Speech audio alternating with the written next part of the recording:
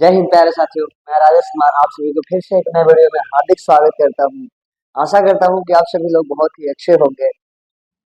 जैसे कि हमारा पिछले लेक्चर में कहा हुआ था, हम लोग सेल ऑर्गेनल्स के बारे में बात कर रहे थे, अर्थात इसका मीनिंग मैं बोलूं तो इसे कहा जाता है कोशिकांग के बारे में। कोशिकांग का मतलब होता है कोशिका के अंदर जो अंग पाए जाते हैं, उसके अंदर जो अंग मिलते हैं उसके बारे में अध्ययन कर रहे थे। एक एक करके हम लोग सब खत्म कर लेंगे, बस कुछ ही अंग और रह गए हैं जिसमें आज स्टार्ट करने वाले हैं लाइसोसोम के बारे में। ठीक है, इसके पहले आपको पता होगा कि इसके पहले हमने ईआर के बारे में अच्छी तरीके से पढ़ लिया था। ईआर का मतलब एंडोप्लाज्मिक रेटिकुलम, जिसे हम लोग कहते हैं हिंदी में अंतःप्रद्रव्य जालिका बोलते हैं। समझ में आई होगी बात है, वहां तक पढ़ लिए थे। आज हम लोग पढ़ने जा रहे हैं लाइसोसोम, और लाइसोसोम को हिंदी में बोला जाता है लयनकाय।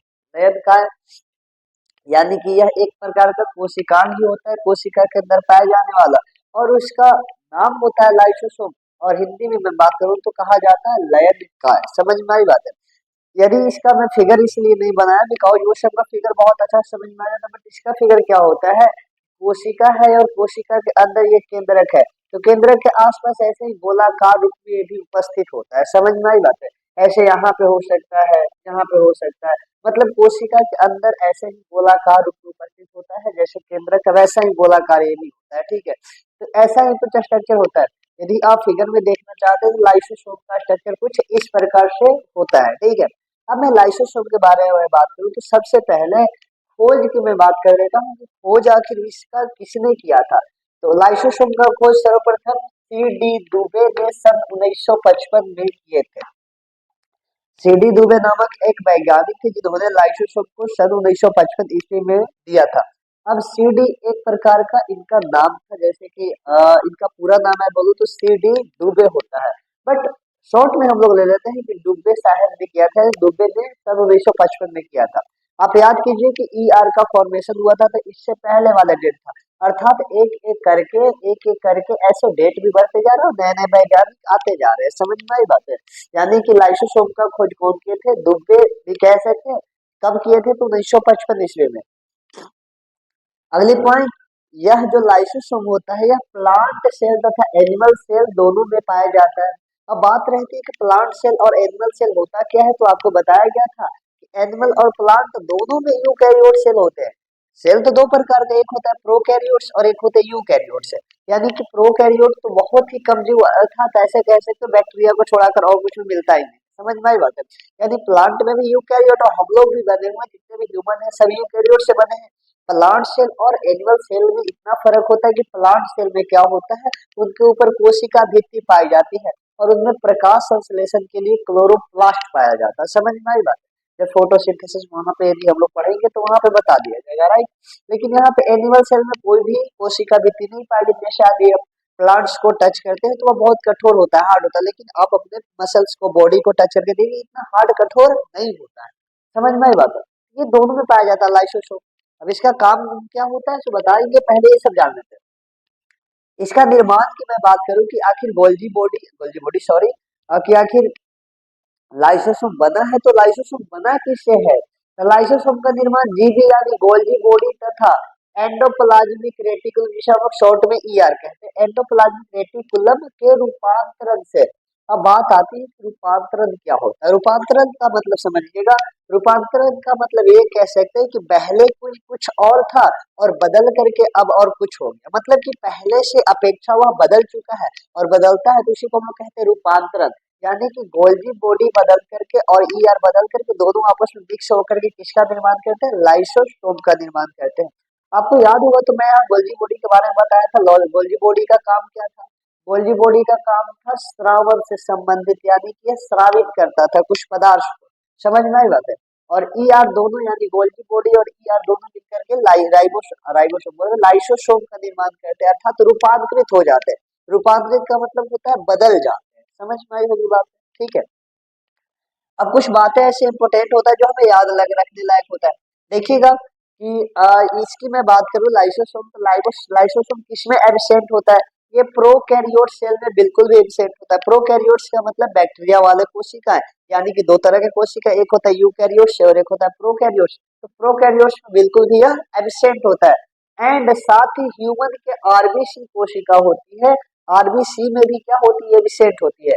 आरबीसी का मतलब आपको बताया गया था कि ब्लड की मैं बात करूं तो ब्लड में 3 प्रकार की कोशिका, एक होता है डब्ल्यूबीसी, आरबीसी और एक होता है प्लेटलेट्स, ठीक है।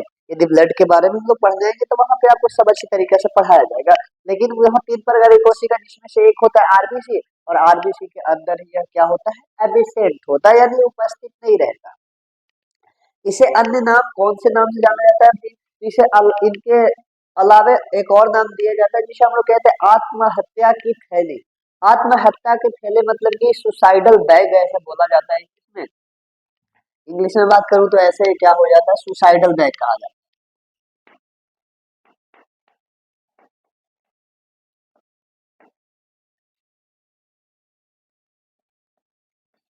समझे। सुसाइडल बैग का मतलब कि यह है कि यह इसे आत्महत्या की थैली बुलाया जाता है, कहीं ना कहीं यह किसी कारण हट जाए या कुछ भी हो जाए इसको तो इंसान की मृत्यु तक हो जाती है। अब इसके बारे में थोड़ा सा हम लोग चर्चा कर लेंगे कि आत्महत्या की थैली कहते क्यों। आप याद कीजिएगा क्लास 9th में यदि आप होंगे तो वहां पे लाइसोसोम पढ़ाया जा रहा होगा, जिसमें लाइसोसोम को बोला जाता है आत्महत्या की थैली बोला जाता है। ऐसा माना जाता है आपको जब इसका वर्क बताएंगे, फंक्शन बताएंगे तो वहां तो आपको बता देंगे, लेकिन अभी लाइसोसोम को आत्महत्या की थैली क्यों कहते हैं बता दे रहे हैं कि लाइसोसोम एक कोशिका है, और लाइसोसोम का मैं वर्क की बात करूं, कार्य का बात करूं तो यह पाचन से संबंधित होता है।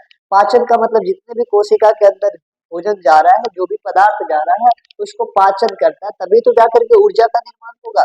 यानी कि इसका पाचन से संबंधित कार्य होता है, तो यही पाचन करता है। और पाचन के लिए इनके अंदर बहुत सारे एंजाइम पाए जाते हैं। लगभग हम बोले तो क्या होता है कि 60 से भी अधिक इसके अंदर एंजाइम पाए जाते हैं, जो क्या करते हैं, भोजन का पाचन के लिए बाहर निकाले जाते हैं। लेकिन कभी किसी कारण यह फट जाएगा या टूट फूट जाएगा तो वो सारे एंजाइम बाहर आ जाएंगे, और बाहर आ जाएंगे तो अपने पास पड़ोस वाले जितने भी आसपास वाले कोशिकाएं हैं ना, सभी को मार देंगे और सभी को खत्म कर देंगे, पाचित कर देंगे। तो इस प्रकार से इंसान की मृत्यु तक हो सकती है, जिस कारण से इसे हमें कहते हैं आत्महत्या की थैली बोला जाता है। अब इसका कार्य भी देख लेते हैं, कार्य क्या होता है। मुख्य रूप से भोजन का पाचन करना, इसी कारण इसे इसमें 60 से भी अधिक हाइड्रोलिटिक एंजाइम पाए जाते हैं। अभी तुरंत मैंने बताया कि 60 से भी अधिक एंजाइम पाए जाते हैं, और उन एंजाइमों का नाम दिया जाता है हाइड्रोलिटिक एंजाइम दिया जाता है, ठीक है। जो क्या करते हैं, सेल के अंदर व सेल के बाहर भी पाचन का कार्य करता था। सेल के अंदर और सेल का बाहर कार्य करता है। अब इसका मतलब समझिएगा, ये कि इंसान है, इंसान का बॉडी पूरा कोशिका से मिलकर बना हुआ, इतना तो बातें पता है। मतलब कि हम यहाँ पे इंसान है तो हमारी बॉडी पूरा कोशिका से मिलकर बना हुआ, जितने भी जीव है सभी का जीवों का शरीर कोशिका से मिलकर बना हुआ। तो कोशिका का अंदर का मतलब कोशिका के अंदर ये इसके अंदर, और कोशिका के बाहर मतलब कोशिका के आसपास वाले, ऐसा तो है ना। तो कोशिका है तो ऐसा बात तो नहीं, कोशिका के अंदर भी पाचन करेगा और कोशिका के बाहर भी, क्योंकि जब पहले भोजन जाएगा तो कोशिका के बाहर जाएगा, इसके बाद ही तो अंदर जाएगा। समझ में आई बात है।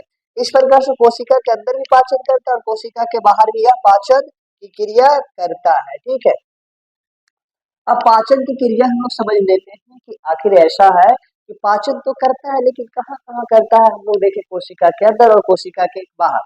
यदि सेल के अंदर पाचन करता है तो इस प्रक्रिया को नाम देते हैं एंडोसाइटोसिस। क्या कहते हैं, एंडोसाइटोसिस। यानी कि सेल के अंदर यदि पाचन करेगा तो इस प्रक्रिया को कहते हैं एंडोसाइटोसिस। अब प्रोसेस तो आपको पता चल रहा होगा, ठीक है। और सेल के यदि बाहर कार्य करे, सेल के बाहर मतलब कि कोशिका के बाहर यदि पाचन का कार्य करे, भोजन को पचाए, तो उसे हम लोग कहते हैं एक्जोसाइटोसिस है। एक्जो का मतलब ही होता है बाहर, और एंडो का मतलब ही होता है अंदर। समझ में आई बात है। एंडो का मतलब समझिएगा इन, और एक्जो का मतलब समझिएगा आउट। यानी कि इन यानी अंदर, और आउट मतलब बाहर। यानी कोशिका के अंदर पाचन करेगा तो एंडोसाइटोसिस, बाहर पाचन करेगा तो एक्सोसाइटोसिस। अब बात आती है कि यह तो भोजन से संबंधित कार्य करता है, भोजन का पाचन का कार्य करता है। और हम लोग भोजन दो रूपों में लिया करते हैं, एक होता है लिक्विड रूप में और एक होता है ठोस रूप में, जिसे हम लोग कहते हैं सॉलिड फॉर्म में। कभी कभी हम लोग चावल मतलब चावल ऐसे खा रहे हैं, मतलब और रोटी ये सब खा रहे हैं, तो ये सब क्या होता है, ठोस रूप होता है। लेकिन कभी किसी पदार्थ का हम लोग पीने के लिए शौकीन होते हैं, कुछ चीजों का सेवन करते हैं पी करके, तो वह हो जाता है लिक्विड मटेरियल, ठीक है, लिक्विड पदार्थ। तो अर्थात हम सॉलिड सबस्टांस का पाचन करता है जब ये, हम तो सॉरी मतलब हम लोग सॉलिड सबस्टांस यानी कि सॉलिड पदार्थ ग्रहण करते हैं, तो उस दौरान जब भोजन का पाचन करेगा ना, तो उस प्रक्रिया को कहते हैं फैगोसाइटोसिस। फैगोसाइटोसिस का मतलब वह प्रक्रिया जिसमें लाइसोसोम क्या करता है कि ठोस पदार्थ को पाचन का कार्य करता है। समझ में आई बात है। और एक होता है लिक्विड सबस्टांस। यदि लिक्विड सबस्टांस का पाचन करेगा, अर्थात यदि लिक्विड है तरल अवस्था में और उसको पाचन का काम कर रहा है, तो इसे हम लोग कहते हैं पीनोसाइटोसिस। पीनोसाइटोसिस का मतलब वह प्रक्रिया जिसमें लाइसोसोम क्या करता है, द्रव पदार्थ को यानी लिक्विड पदार्थ को पाचन का काम करता है। ठीक है, अब ये तो पाचन से संबंधित था। इसके अलावे क्या होता है कि इसका और कुछ कार्य होता है, जैसे समझिएगा, इसके अलावा सूक्ष्म जीव तथा डेड सेल का भी पाचन का कार्य करता है। अब ये बात आती है कि सूक्ष्म जीव क्या होते हैं, डेड सेल क्या होते हैं, थोड़ा सा इसके बारे में जान लेते हैं। सूक्ष्म जीव का मतलब वैसे जीव, इतने छोटे छोटे जीव कि जिनको आप ऐसे अपनी खुली आंखों से नहीं देख सकते हैं। अर्थात ऐसे बोल सकते हैं कि अभी आपके पास बहुत सारे जीवाणु हैं बट आप देख नहीं पा रहे हैं, लेकिन यही आप माइक्रोस्कोप लगाकर देखिएगा तो आपके हाथ पे बहुत सारे बैक्टीरिया होंगे, आपके बॉडी पर बहुत सारे बैक्टीरिया होंगे, जीवाणु होंगे, यानी कि इतने सारे कि आप गिन नहीं सकते। बिकॉज वो दिखाई नहीं दे रहे थे, क्यों? क्योंकि वो सूक्ष्म जीव थे। सूक्ष्म का मतलब होता है दिखाई नहीं देना, इतना छोटा। तो सूक्ष्म जीव यानी कि हम लोग कभी कभी बीमार पड़ जाते हैं। बीमार पड़ने का मेन रीजन होता है कि बाहरी से सूक्ष्म जीव क्या होते हैं, हमारे बॉडी के अंदर एंटर करते हैं। तो बॉडी के अंदर एंटर करते हैं तो उसको खत्म करने का काम कौन करता है, लाइसोसोम ही कर पाता है। कभी कभी क्या होता है, सूक्ष्म जीव का प्रभाव ज्यादा हो जाता है, बहुत मात्रा में आ जाता है, और बहुत मात्रा में आ जाता है तो उस दौरान लाइसोसोम इसे पाचित नहीं कर पाता है, तो हम लोग बीमार पड़ जाते हैं। ऐसे तो आपको बताया जाएगा कि बॉडी में क्या होता है, ब्लड, और ब्लड में डब्ल्यूबीसी होती है, कोशिका का नाम है, जो कि डब्ल्यूबीसी सूक्ष्म जीवों से रक्षा करते हैं, यानी अंदर नहीं आने देगी और बाहर, मतलब कि बाहर से अंदर आने नहीं देती है। लेकिन कभी कभी डब्ल्यूबीसी की संख्या कम हो जाती है ना, तो सूक्ष्म जीव अंदर एंटर कर जाते हैं, और अंदर एंटर कर जाएंगे तो लाइसोसोम तो पाचन का काम करेगा, लेकिन नहीं पचा पाता है, बहुत ज्यादा मात्रा में आ गए तो नहीं पचा पाएगा, तो उस दौरान सूक्ष्म जीव हमारे बॉडी के अंदर बहुत ज्यादा मात्रा में हो जाते हैं। और जैसे ही वह बॉडी के अंदर आते हैं ना, वो अपने संख्या को बहुत ही जल्दी लगातार बढ़ाते जाते हैं, लगातार बढ़ाते जाते हैं, और बढ़ाकर बहुत ज्यादा मात्रा में फैल जाएंगे, और फैल जाएंगे तो वैसे वैसे करके हम बीमार पड़ते जाते हैं। समझ में आई बात है? तो सूक्ष्म जीव का भी पाचन करने का काम करता है।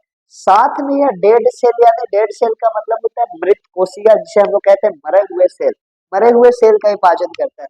अब इसका मैं एक बेस्ट एग्जाम्पल देता हूँ, जैसे समझिए कभी कोई इंसान गिर जाता है, या तो कभी आपके साथ ऐसा हुआ होगा, आप कभी कहीं गिरे होंगे तो कहीं देखिएगा आपके हाथ पैर में खून जैसा कुछ धक्का जम जाता है, रेड कलर का। ठीक है, तो वह क्या होता है, जैसे आप गिरे तो वहां चोट लगा, और चोट लगने के बाद वहां की कोशिकाएं जो है मर चुकी, क्योंकि वहां पे चोट लगा, उसके अंदर सारा मैकेनिज्म रुक गया कोशिका के अंदर, और वह कोशिका मर गया। तो अब वह कोशिका को खत्म करना होगा, बिकॉज बॉडी के अंदर तो रह नहीं सकता, और आप काट के तो निकाल नहीं सकते। अर्थात कुछ समय के बाद आप देखेंगे कि वह अपने आप खत्म हो जाता है। क्यों? क्योंकि जहाँ पे कोशिकाएं मर चुकी है, जहाँ पे खून जम चुका है, तो उसके आसपास में तो कोशिका है ना, और जैसे उनको पता चलता है कि यहाँ पे इन कोशिकाओं का डेड हो चुका है, तो ये कोशिकाएं लाइसोसोम को, मतलब कि ऐसे कह सकते हैं लाइसोसोम को मतलब उत्तरदायी करते हैं कि आप जाकर के इनका पाचन करो। तो लाइसोसोम अपना पाचन एंजाइम निकालता है, और कोशिका के बाहर जा करके उन कोशिकाओं यानी उन डेड सेलों का पाचन का कार्य करती है। इस प्रकार से लाइसोसोम का कार्य होता है। कुछ कोशिका के अंदर, मतलब कि कोशिका के अंदर बोले तो लाइसोसोम का इस प्रकार का कार्य है।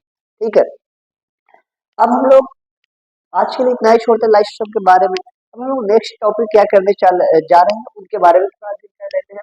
हम लोग का नेक्स्ट टॉपिक रहेगा क्या, लाइसोसोम के बाद हम लोग आएंगे एम वैक्यूल, जिसे हम लोग कहते हैं रितिका। अब रितिका भी एक प्रकार का कोशिका के अंदर पाया जाने वाला कोशिका होता है। जब इसके बारे में अध्ययन करेंगे तो आपको बता दिया जाएगा। ज्यादा नहीं बचा है, बस रितिका बचा है, और क्या बचा है, माइटोकॉन्ड्रिया के बारे में पढ़ लेना है, और कुछ होगा तो थोड़ी बहुत बातें बता दिया जाएगा, समझ में आई होगी बातें। तो इतना सा सेशन आपको बहुत अच्छा लगा होगा। फिर मिलते हैं नेक्स्ट वीडियो में।